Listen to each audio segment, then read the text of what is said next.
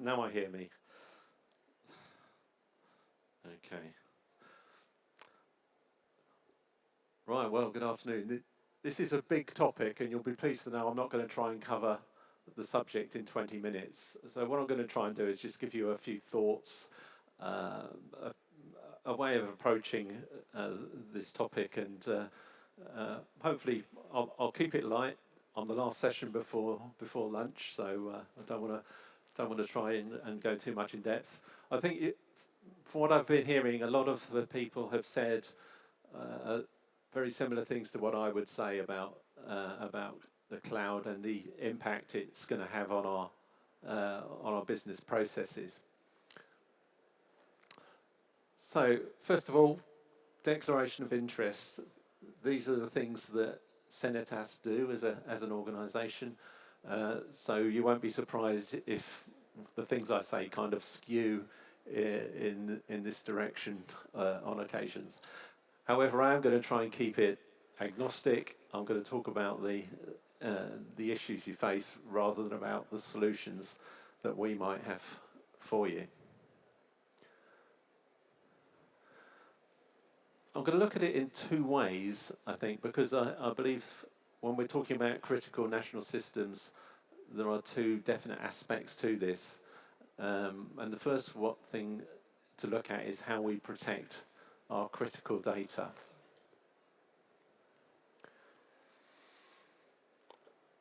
And I think the first thing we have to recognise is that there are no boundaries anymore.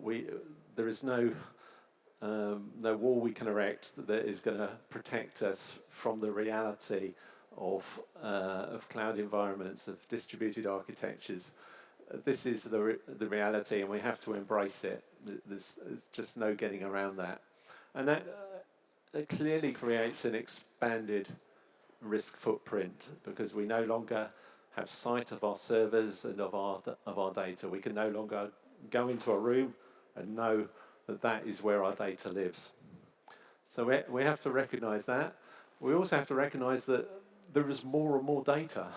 It was just, as you were just hearing, 100 zettabytes of data. Goodness. And it's going to get worse. It's going to get more. And that creates with it the problem that data is moving into places that you don't know. It's very hard to keep control of all of that data, because it just naturally moves into places that you're not aware of. And of course, when that happens, you are losing control of that data, and so you need, if we're talking about critical data, if you're encrypting that data, even then you need to make sure that you retain control of it. You need to retain control of the keys, and you need to be able to delete it. So you need to be able to get rid of it if you find it's in some place that you don't want it to be. This clearly creates a very significant administration overhead for any organisation. So we need to try and simplify those processes as much as possible, because as we all know, if a process is complicated, then typically it doesn't get done, or it doesn't get done well. And the last point I think we need to address is, clearly if it's critical national systems, we have a sovereign commitment. We have data that should not, under any circumstances, be leaving the confines of your national space.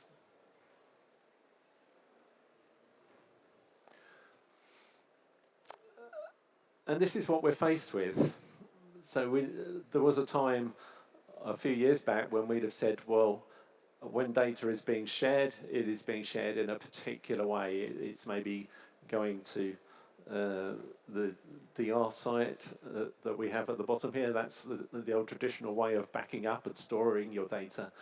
And we had an element of control over that. So, all right, it was going away from our site, but we knew it was going into another location, and we knew about the connection that we had there. That is increasingly going to be the exception rather than the norm. So we have all these other technologies that are going to be used for disseminating our data and sharing it in places that we want or don't want it to be. And this is only the half of it. We could add 5G networks and other particular elements. We could talk about SD-WANs and all sorts of other technologies. It's a very complex picture for anyone to get a handle on. So the cloud itself is not a homogeneous environment. So we have different connectivities to the cloud, within the cloud, and between the clouds. So the cloud itself is a complex thing. And of course, we all recognize, I think, that the cloud is not a thing. It is just somebody else's computer. And if you think of it in those terms, that's probably easier then to grasp the kind of precautions you need to be taking when you're putting data onto these cloud environments. But I think we've already heard in more detail from Oman Data Park why it's unavoidable. So cloud undoubtedly gives you a competitive edge. It's unavoidable. I've put it more simply. If you need to spin up a service in a cloud, you can do it very quickly. You can do it very cheaply. It's really convenient. If you get it wrong, then you just have to add a bit more compute or another type of processor. It's very straightforward. And it's somebody else's problem, isn't it? As my previous speaker was saying, that you don't have to worry about the costs and the implications of your data center. You can just offload that entire responsibility to someone else. So there's no getting away from the cloud. It's going to happen. It's going to be there. So what to do? I think the first thing, I've got Mr. Benjamin Franklin here, who's famous for saying, by failing to prepare, you prepare to fail. And I think that is really where we begin when we're talking about cloud deployments. We need to recognize what we are doing. We need to recognize that it is somebody else's computer. We need to baseline our data. We need to say, right, well, we have all of this information. We need to decide whether it needs to be shared, where it needs to be shared. And we need to examine carefully the cloud services that we choose. And we need to ensure that we can keep ownership of our keys, and we need to ensure that we can delete data in a timely fashion if we need to. And again, as I alluded to before, we need to make sure that we have sovereign capabilities within our cloud selection, and we need to have make sure that we can build in other protections as well, so antivirus and malware protection. Because after all, if you're uploading some data to the cloud and all you're doing is helping to spread a malware around the world, nobody is going to thank you for that. So we need to make very sure that what we're doing is fit for purpose.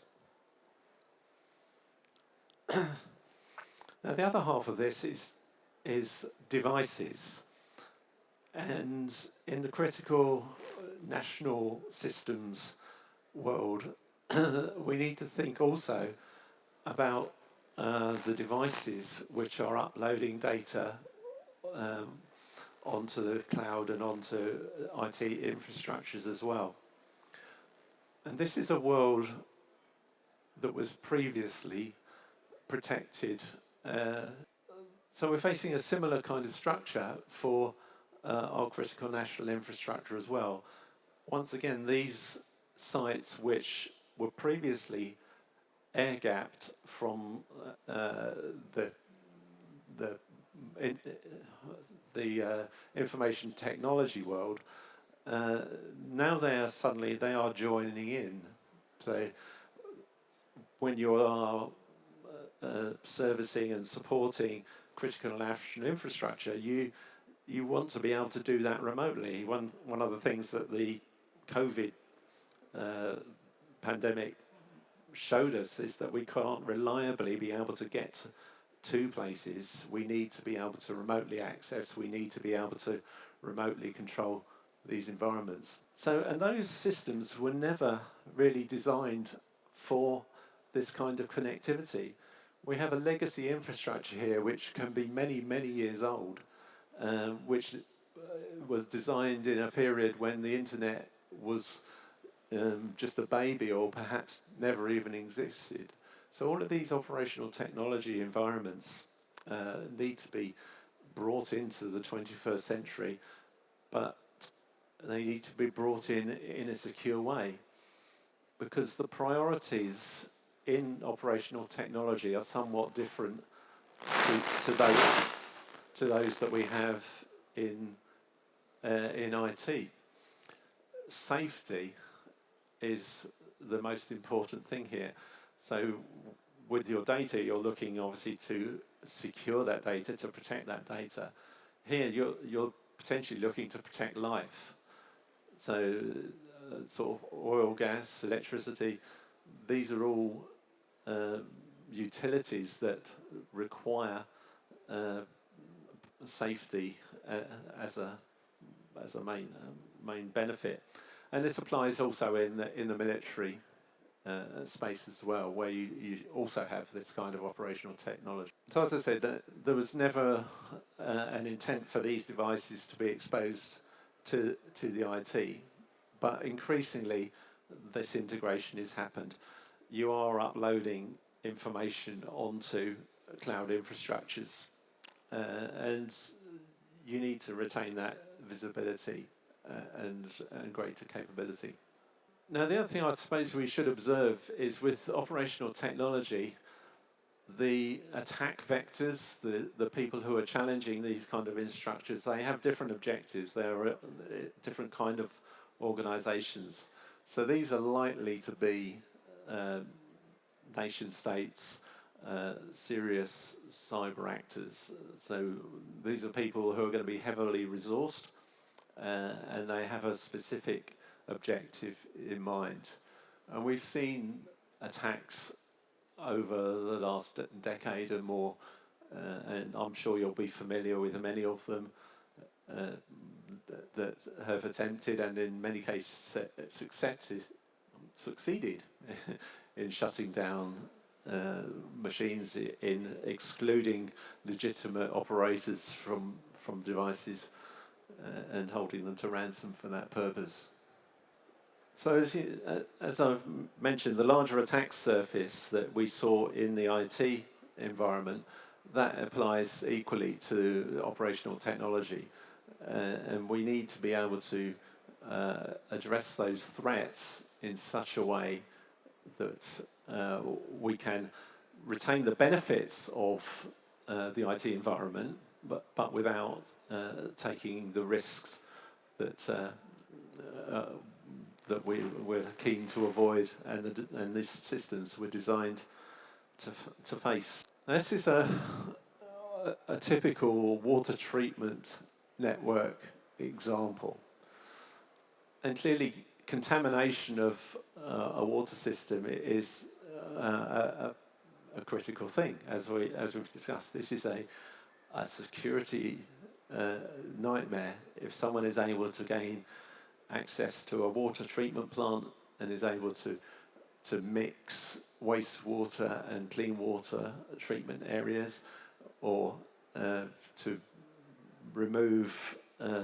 chemicals from the water system that keeps it clean. These are all potential risks within a critical system that is increased by the fact that we are connecting these systems to cloud infrastructures for legitimate service and maintenance and information reasons. So you can see how complex an environment like that is. So you have your pumps and your sensors and your OT environment in the blue over on the left there. But at some point, there will be an interface to the information technology environment that will present or represent a vulnerability to that system. And we've seen that in other areas. So typically we recently saw it in Ukraine, where this kind of method was used to access power stations, to trip switches, taking the power stations offline. And then the attacker reversed out of that environment, so came out through the firewall, shutting off the connectivity as they did so. So effectively preventing the legitimate operators from going in and resetting the switches, instead mandating that they had to actually go into the environment, reset each individual switch, reconfigure the firewall. So these attacks are real, and their vulnerability is increased by access to the internet and to users. I mean, let's be honest. In a lot of cases, people are the vulnerable part of this operation. So again, what do we do in this scenario? Well, again, we can't avoid the demands of modern systems.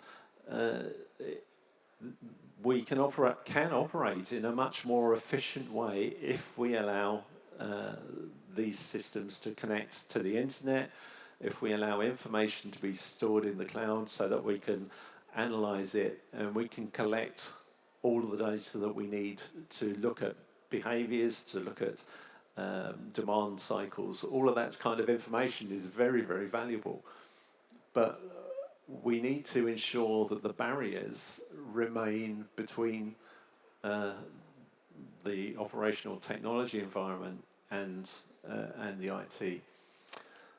We can't rip and replace that. It's unrealistic to expect organisations to pull out everything that's working perfectly well and has probably another 20 years of life in it, just so that we can connect to the cloud. So we don't really perceive that it's possible in most cases to make that change. It's disruptive, it's costly, and it's going to take a long time. But what we can do is we can use artificial intelligence and machine learning techniques, and we can use those to protect the infrastructure by learning normative behavior in this environment.